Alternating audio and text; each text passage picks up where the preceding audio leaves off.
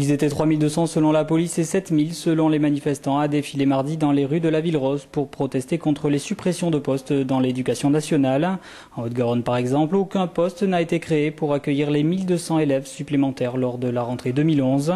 De plus, 21 postes d'enseignants en langue et 18 postes en RASED ont été supprimés dans le cadre du non-remplacement d'un fonctionnaire sur deux partant à la retraite.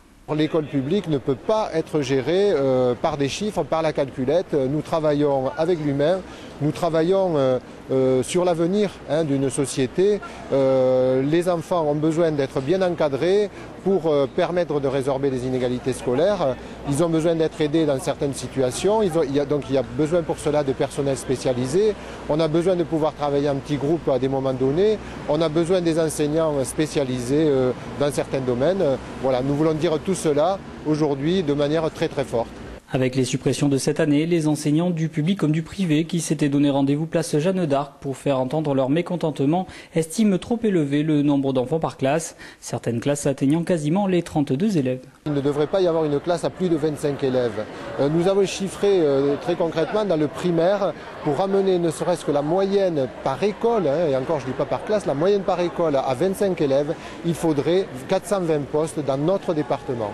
Des postes que réclament aussi les élèves qui étaient nombreux au sein du cortège, des élèves qui ont peur pour leur avenir.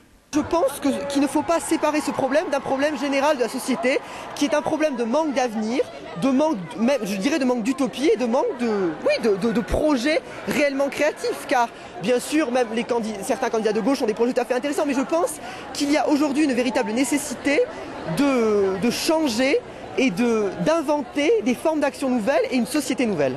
La présidentielle changera peut-être quelque chose, nous aurons peut-être un président un peu moins pire, mais à mon avis, tant que l'on ne se posera pas clairement la question d'un projet nouvellement créatif, la présidentielle peut-être atténuera certaines choses, mais les problèmes resteront. Les manifestants se tournent maintenant vers le gouvernement et n'excluent pas de nouvelles actions en cas de non-réaction.